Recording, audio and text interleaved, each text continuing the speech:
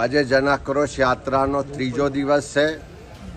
મધ્ય ગુજરાતમાં ખેડા જિલ્લામાં માતર ખાતે આજે ખેડૂતો સાથે જે સંવાદ થયો, દરેક રીતે હેરાન પરેશાન ખેડૂતોએ ખૂબ આક્રોશ સાથે કીધું કે કમોસમી વરસાદ માટે પેકેજની જાહેરાતો તો ખૂબ થઈ, પણ હજુ સુધી ખેડૂતોને એમાંથી એક પણ રૂપિયાની સહાય મળતી નથી।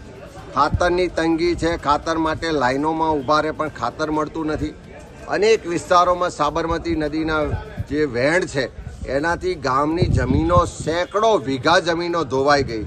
વર્ષોથી રજૂઆત કરીએ છીએ, તેમ છતાં સરકાર એની વાત સાંભળતી નથી। અનેક વિસ્તારો એવા છે કે જ્યાં સિંચાઈનું પાણી પહોંચતું નથી, કેનાલની વ્યવસ્થાઓ નથી।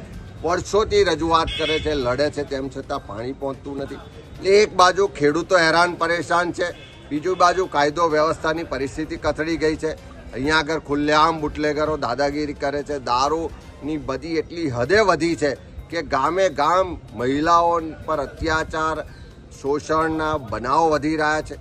બધી જ રીતે આ વિસ્તારના લોકો ત્રસ્ત છે અને યુવાનોને રોજગાર માટે છેક માતરથી શરૂ કરીને અહીંયા આગળ અમદાવાદ સુધી જવું પડે। અહીંયા સ્થાનિક રોજગારનો અભાવ છે। બધા જ વર્ગ વિસ્તારના લોકો આજે એકી અવાજે આ આક્રોશ યાત્રામાં જોડાઈ અને આવનારા સમયમાં સંગઠિત થઈને લડવા માટેનો સંકલ્પ વ્યક્ત કરી રહ્યા છે।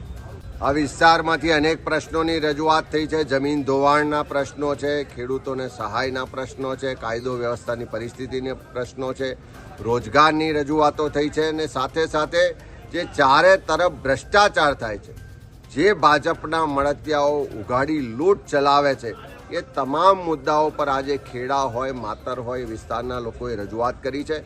આવનારા વિધાનસભા સત્રમાં પણ આ મુદ્દા ઉઠાવીશું અને સડકથી લઈને સંસદ સુધી આ વિસ્તારના લોકોના પ્રશ્નોને ઉજાગર કરી એના હક અધિકારની લડાઈ લડીને એમને ન્યાય અપાવીશું।